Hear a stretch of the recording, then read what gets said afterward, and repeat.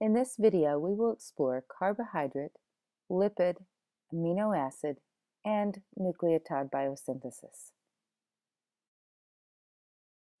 Before we examine the biosynthesis of any molecule, we first must understand that synthesis reactions are those that we refer to as anabolic reactions.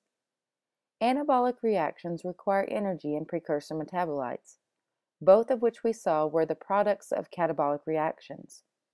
Many of the anabolic reactions that occur in cells are the reversal of the catabolic pathways we have already examined. Reactions that can proceed in either direction, toward catabolism or toward anabolism, are referred to as amphibolic reactions.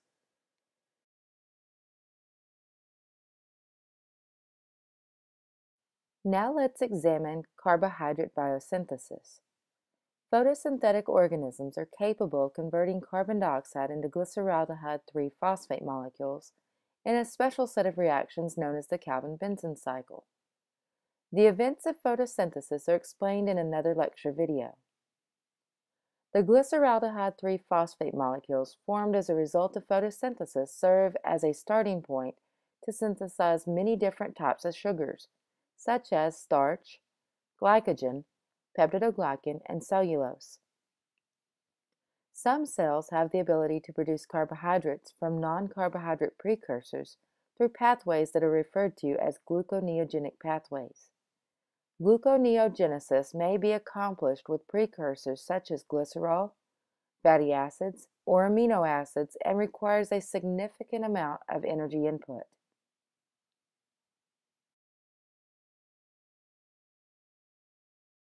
Now let's explore lipid biosynthesis. If you will recall from Unit 1, we discussed a class of organic molecules known as lipids and found that the group contained a rather diverse group of molecules that were placed together because they were all nonpolar. There are a number of biochemical pathways by which lipids are produced, which reflects the diversity of the group. Lipid molecules such as steroids and mycolic acid are synthesized through complex pathways. Triglycerides, on the other hand, are synthesized through chemical reactions that are the reverse of the catabolic reactions of triglycerides. As we have seen, triglycerides consist of two major components, a glycerol molecule and 3 fatty acids. The glycerol components may be synthesized by removing a dihydroxyacetone phosphate molecule from glycolysis and converting it to a glycerol. The fatty acids are synthesized by removing acetyl-CoA molecules from the citric acid cycle and joining them together through a series of reactions that are the reverse of beta oxidation. After a glycerol molecule and 3 fatty acids have been synthesized, they are then joined together via dehydration synthesis reactions that yield 1 triglyceride and 3 water molecules. In essence, these steps are the reverse of the steps covered in our discussion regarding lipid catabolism.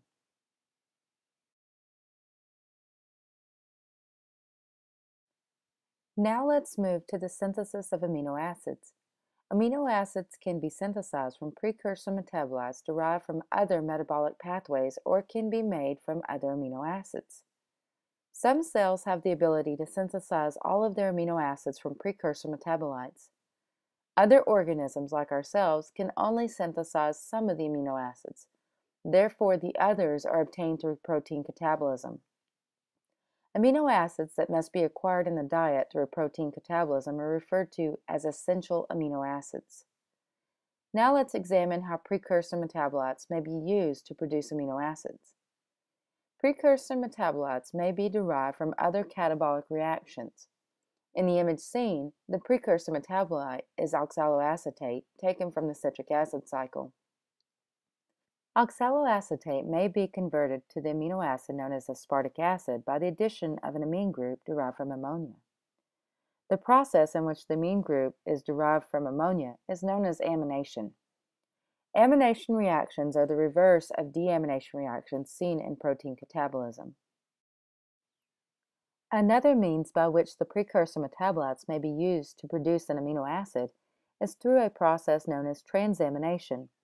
In the process of transamination, the amine group from one already existing amino acid is removed and then added to a precursor metabolite to produce a new different amino acid.